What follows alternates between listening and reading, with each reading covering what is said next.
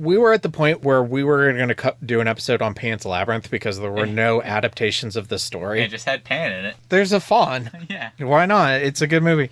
But then I found this. This podcast is not suitable for children or those who are easily disturbed. Spoiler warning for whatever is in the title of this episode. And now for the obligatory socials. Please like, share and subscribe. You can find the podcast on Twitter at HorrorPod69. You can also follow us on Facebook, Instagram, Slasher and Goodreads. Become part of the Disturbed community by asking for the Facebook group and Discord links. Send dick pics to the horrorofbabylonpodcast@gmail.com. Support the show at patreon.com/thehorrorofbabylon. In closing, you can let your friends know that The Horror of Babylon is available on YouTube, Apple Podcasts, Spotify, Audible and all other major podcast apps.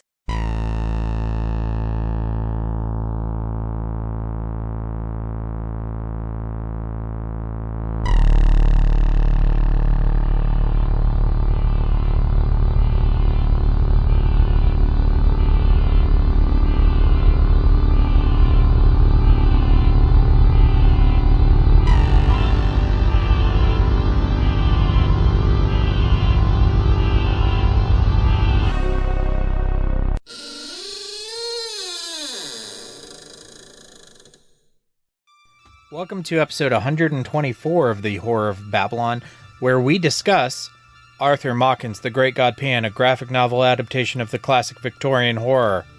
I am Ryan, and with me as always is Daniel. Say hi, Daniel. I am a little high, Daniel. That's not even true. I'm high.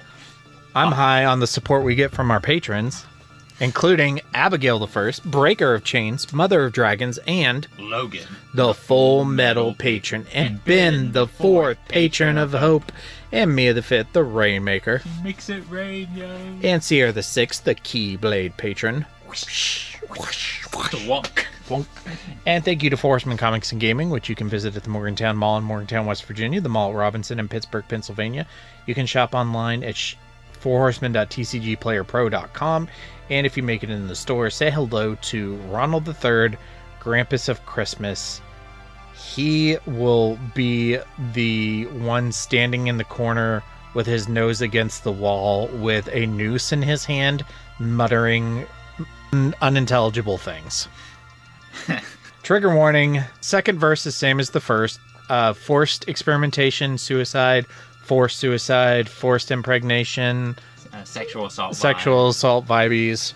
So anything that was triggering within the actual novella is going to be in this as well. I'm going to get this kind of out of the way. This is a very straight adaptation, so you're going to be hearing us say that a lot. Yeah. So a lot of what we had to say about the novella it kind of translates over here. Yeah, so we may try to be a little more brief, just so we're not regurgitating ourselves or what we said. So, our history with this book, which, one more time, the full title is Arthur Machen's The Great God Pan, a graphic novel adaptation of the classic Victorian horror, which, in the title, we'll just call it Arthur Machen's The Great God Pan, and we'll just call it the comic version. Yeah. Neither of us have ever read this before. Nope. We were at the point where we were going to do an episode on Pan's Labyrinth because there were no adaptations of the story. It just had Pan in it. Yeah. There's a fawn. Yeah. Why not? It's a good movie. But then I found this. And we're like, well, it's on Kindle. Let's try it. Yeah, might as well. So that's what we did. The vampire's a pure myth, superstition. I may be able to bring you proof that the superstition of yesterday can become the scientific reality of today. So let's jump into background. Of course, this is based on the novella The Great God Pan by Arthur Machen. It is written and illustrated by Daniel Bell, who funded this project through a Kickstarter. If you want to find out more about Daniel Bell, they are an independent comic creator from Brighton in the United Kingdom, and you can see their site at danielbellcomics.blogspot.com. Some of their other works include Joanna Fisher and the Golden Idol, The Ferryman, Defiant, The Legend of Brithnoth. They also contributed to the anthology Anomalous Tales Volume 1, I did a little bit of looking in, and it seems like he worked for some of the bigger comic publishers as like a letterer and an inker, and then just kind of wanted to do things that he was personally more interested in and kind of set out on his own as an independent artist. Wanted to follow his passions. I can respect that. Yeah, which is what I do respect. And that's that. Another story in the classic, infallible 3-act structure. Good enough for Aristotle, good enough for The Simpsons. Mr. Sislak, I have a feeling there's going to be one more act to this story. Well, I'm not hanging around for that. 4 acts. Structure and themes. Like Daniel said, this is a very true adaptation. The only real change it makes is it rearranges the order in which you get the events. Daniel, what are your thoughts on that? It didn't really bother me at the, when I was reading it. I couldn't even say it made it flow better. Maybe it would for some people. I don't think it flows worse or better. I think it's just a little different. Yeah, it's just a little different. So not really good or bad, it's just a thing. I would be curious to know what the motivation was for that. The big thing for me was the experiment itself. Like, it starts with the experiment just like the novella does, but then it stops right before Dr. Raymond actually does the experiment to Mary, but then it picks up with that at the end of the book, and it bookends the comic with the first and second half of the experiment. I guess the bookend is kind of nice. Though, getting to see the experiment at the beginning kind of is what sets up the rest of the novella. I think it's kind of sets the tone. Yeah. And I also think if you haven't... I would imagine most people who are reading this comic have probably read the book. Yeah, so they already know. But if you haven't, I would think it would make it the rest of the book more confusing. Yeah. Until you get to the end, not to know what was up with Mary. Yeah. But... I guess it's just a thing. It's just a thing. Yeah. Okay, so what are your thoughts on pulling the dialogue from the book word for word? Okay, so I both love and hate this. You know me, I bitch and moan all the time when people don't do good, like, adaptations well. There is something to be said about, like, differences in medium. Yeah. And even though The Great God Pan is a very short novella, it's a very wordy novella. Very. So this is like reading one of the more wordier comic books out there. Yeah. I'm trying to... I think whenever me and you were talking, I was like, well, I've read Alan Moore before. Similar. Yeah, only it's using, like, the actual, like, Victorian dialogue, which is sometimes a little bit hard for people to follow if they're not used to it. So I would say kind of my main issue is that a cool thing about adapting novels into comic books is it allows a group of people who are never going to sit down and read the novel to experience the story. So, for instance, The Stand. Like, if somebody was really, like, into Stephen King, but they're like, I physically cannot sit down and read that book. Read the Marvel comic. Yeah. You're going to have a great time with it. It's a good adaptation. You're going to get basically the whole story. I would even say you get more than the broad strokes. But this, so, I mean, yes, you get the story, but this is such a true adaptation, and so because it uses, like, the word-for-word dialogue, somebody who may struggle to read a novel but is okay with comics may also struggle to read this comic. Yeah, I can agree with that. I think that's a fair point of critique. I do really appreciate that they decided to remain loyal to the story. Yes. Which it is admirable. I'm wondering if they had considered trying to alter it and found trouble in it, or if they really just they were like, I want to be loyal to the story because I like it this much. I guess I'm just curious what the answer is. Yeah, I mean, that's a very good possibility, because, like, I don't know how the hell you would adapt that story to make it... You know how much, like, I really like the Call of Cthulhu. It's not accessible. Okay, the main thing I wanted to say is comic adaptations of novels are more accessible. Yeah, they're way more accessible. This is not, really. Like, I've recently ordered the Call of Cthulhu manga, and I'm wondering, like, how much of the dialogue from that's going to actually be in the manga. Because I'm like, I think some people would struggle with Lovecraftian dialogue also. Yeah. Because he's also very long-winded. There's a lot of people who really enjoy Middle-earth because they love those movies and they love, Middle-earth video games, but who would just struggle to actually sit and read the books because of the way Tolkien wrote them. Yeah. Yeah. I think I struggled. Granted, I was much younger when I first tried to read Tolkien. I really struggled with his descriptions, and I gave up. I think these days I'd have a much easier time. He's not any harder than some of the older stuff that we've read. It's not any harder than, like, Frankenstein or... Yeah, it was just, at the time, I was, like, 12. Yeah. And I wasn't a very smart 12. I wouldn't have been able to read it when I was 12 either. Yeah, so... But that's what I gotta say for the dialogue. I do appreciate loyalty to the source material, but I do have questions about the choice and whether or not maybe it was the more accessible decision. Would you say that it is a good adaptation? Yeah, because it's literally just the novel. I would accept in that the word adapt implies some change. Yeah. I would say it's less of an adaptation than like a transcription to a different medium. But yes, this is probably the literal most loyal adaptation to a source material I've ever read. Yeah, so I mean, if that's what you're looking for, there's only like some, I would call them like small, vague changes. It's and the changes are basically just what's implied in the novella is kind of shown. Yeah. In the graphic novel. It's a visual medium. Yeah, which is fine. I think that can kind of hurt some of like the horror for me. I agree. I can't remember her name when Helen took the little girl into the woods. Rachel? Yeah, and she was like, "Mother, why did you make me go with Helen?" Mm-hmm. And then Clark starts to write down what happened and then stops. Mm-hmm. And in the comic, it shows like a hand on Rachel, like implying the satyr was like macking on this young girl or something. Yeah. Which is what I envisioned happened, but at the same time actually seeing it and like the horror implications is a little different. I agree. No, I think the whole appeal of the novella is like how vague and mysterious everything is.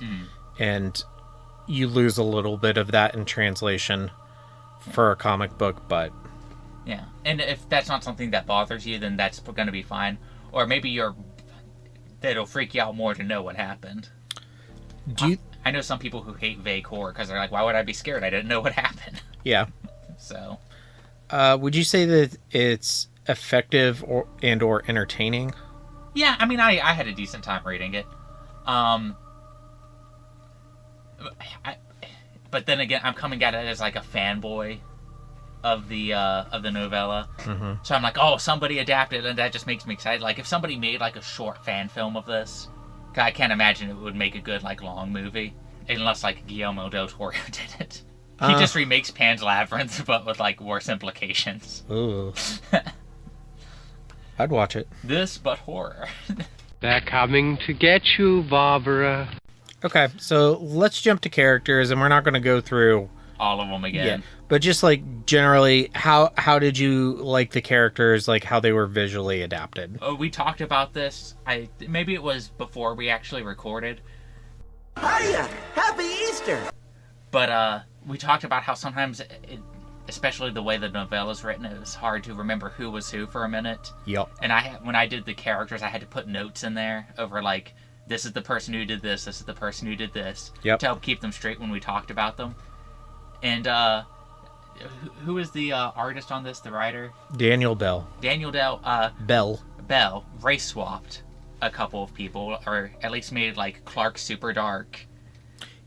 I think he was supposed to be black, but yeah, if not black, like maybe like Southern Italian, or Greek, or Middle Eastern. Yeah, he was very tan. He was very dark complected, and he gave like very expressive hairstyles to other people. Yeah, which I think is very good at helping keep who's who straight in your head when you can actually see them. It helped a lot. Like, this is Clark, this is Villiers, this is Phillips.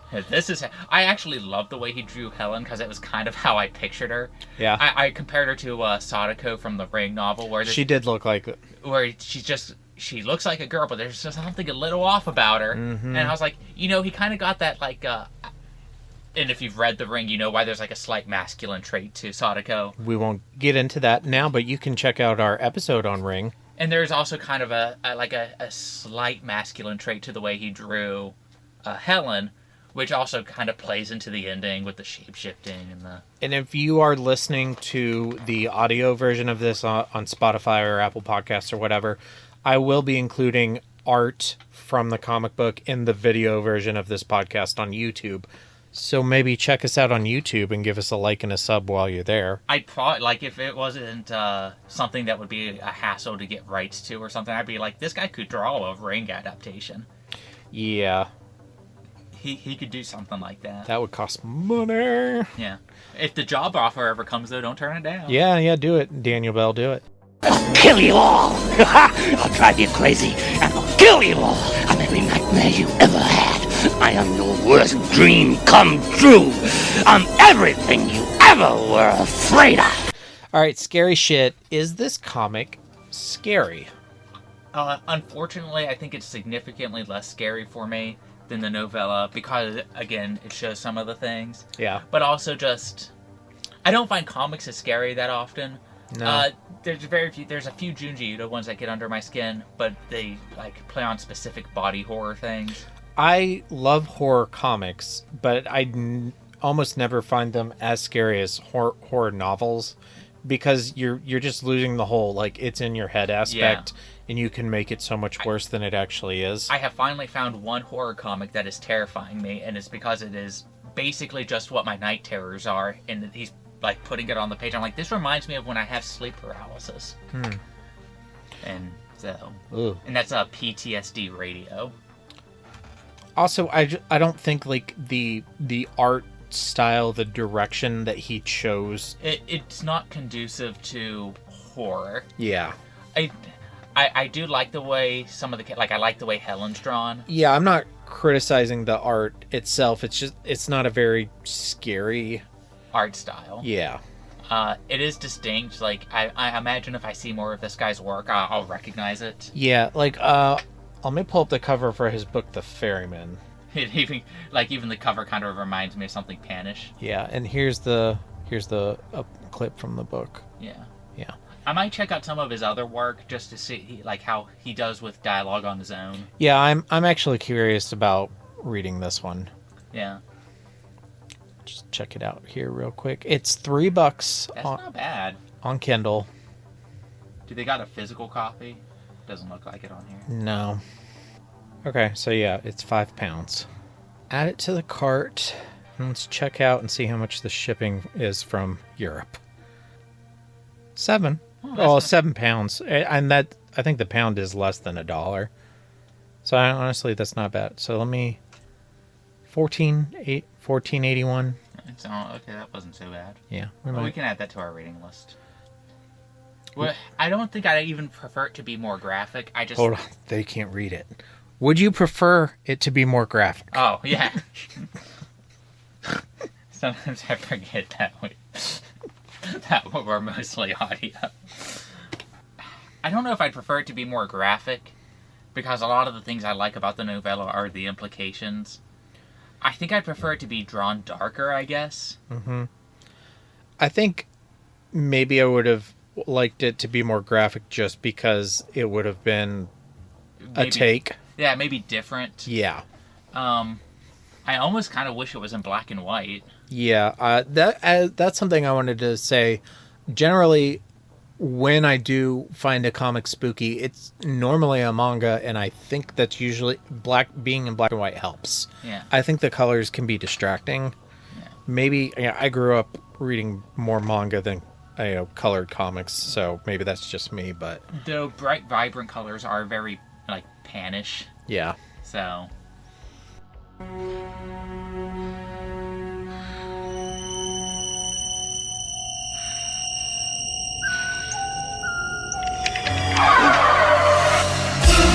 Kiss me, fat boy. All right, so Kiss Me, Fat Boy. Would you prefer it to be more graphic? Well, now that you're asking me under here, yes. Although honestly, it is more graphic than the novella is. Yeah. Like we get to see the satyr drawings of people, like satyrs macking on people. Yeah, getting it on goat style, which is like doggy style, but with more horns. Yeah, it's hornier, and they have to hoof it more. Oh God. All right. What? I hate how good you are at puns. It makes me jealous. It's just the same ones I said last week.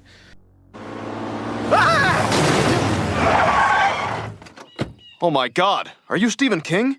No, I'm Dean Koontz. Oh.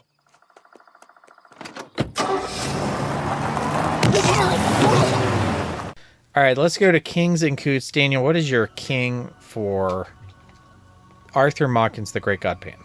I really appreciate how loyal of an adaptation it is, because you don't see that too often. A lot of times people will take a very well-known story and then tell a completely different story using it.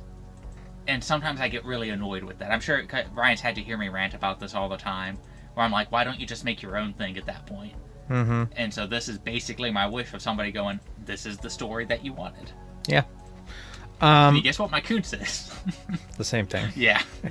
I would say that my king is just the story of working for the comics industry, deciding this isn't what I want to do, go and having the balls, the cojones to go out on your own and become an independent comic author. And the dude has kids too. It's not like he's just, a starving artist all on his own. He has to support kids as well. I haven't even had the balls to publish my first manuscript yet, so yeah, big respect. Okay, and then my Koontz is just a little too literal of a translation, which like you, I appreciate and I don't.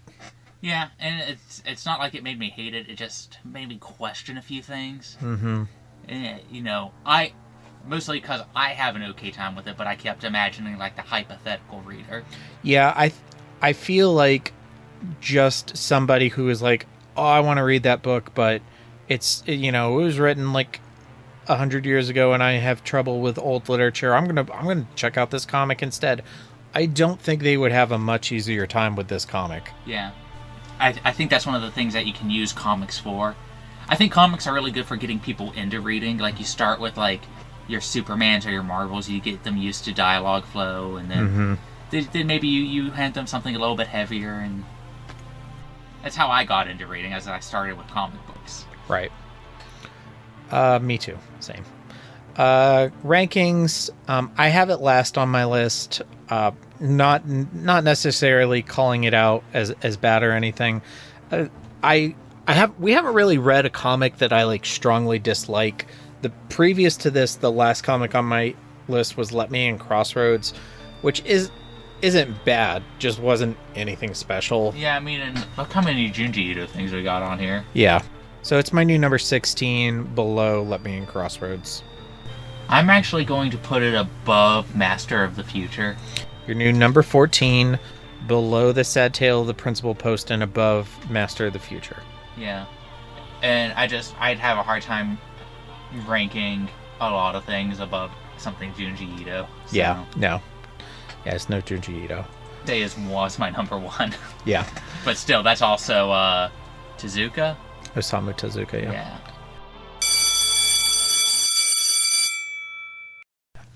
Homework.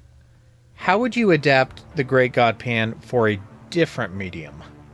I think it would make a pretty decent like point-and-click adventure game. Yeah. Like where you're like figuring out the mystery, or you're going and like maybe investigating the house and finding the pictures of Pan, and having to find who Helen is and trace her origins and stuff like that. I'd probably do something like that. Like I would like completely exhume the beginning of the book, which kind of sets things up and put you in the perspective of somebody who's entering into these situations with no knowledge. And so like maybe you find some of Clark's notes, or you go to the crime scene and you're like, why did this person kill themselves? I would do it as an audio drama adapted by the Horror of Babylon cast and crew, and that's coming next week. No, I'm kidding. Hef would play Clark. You would play Villiers, and I would play every other character. Because you have the best voice. No, just because that's how it would work. Okay, so for further reading, I recommend reading Bizarre Adventures issue number 29, because that issue of Bizarre Adventures includes a comic adaptation of The Lawnmower Man by Stephen King. I've read it, and it's a ton of fun. I still need to read both Lawnmower Mans. We will do that at some point, I'm sure. Upcoming on the Horror of Babylon, next week we are reading The Shadow over Innsmouth by H.P. Lovecraft. Can't wait. And then on the May 12th, we are watching Dagon from 2001. And then on Thursday, May 2nd, we are doing our second annual Star Wars Day bonus episode. We'll have a special guest. And then on May 9th, we are going to Sony's Spider-Man universe with Dr. Michael Morbius. We're watching Morbius. It's Morbin time. It's Morbin time. He's got a morb. Thank you. Speaking of people who morb, thank you to our patrons, Abigail the First, Breaker of Chains, Mother of Dragons, and Logan, the Full Metal Patron, and Ben, the Fourth Patron of Hope, and Mia the Fifth, the Rainmaker. She makes it rain, yeah. Oh, she makes it rain. And Seer the Sixth, the Keyblade Patron. Whoosh. The wonky. Whoosh. Wash. I guess it depends on what type of Keyblade it is. Yeah, there's more than one type? Yeah, because the first one looks like an actual key, and a bunch of like the ones in the later games look like swords. Oh, okay. Yeah, I suppose, yes. Okay, and thank you to Four Horsemen Comics and Gaming, which you can visit at the Morgantown Mall in Morgantown, West Virginia, the Mall at Robinson in Pittsburgh, Pennsylvania. You can shop online at fourhorsemen.tcgplayerpro.com. And if you make it in the store, say hello to Ronald III, Grampus of Christmas. And Daniel, thank you for reading Arthur Machen's The Great God Pan and recording with me tonight. Anytime. Stay tuned for. Thank you to our patrons. Stay tuned for our socials and stay scary. Stay scary. And now for the obligatory socials. Please like, share, and subscribe. You can find the podcast on Twitter at HorrorPod69. You can also follow us on Facebook, Instagram, Slasher, and Goodreads. Become part of the Disturbed community by asking for the Facebook group and Discord links. Send dick pics to the Horror of Babylon podcast at gmail.com. Support the show at patreon.com/the Horror of Babylon. In closing, you can let your friends know that the Horror of Babylon is available on YouTube, Apple Podcasts, Spotify, Audible, and all other major podcast apps. Stay scary.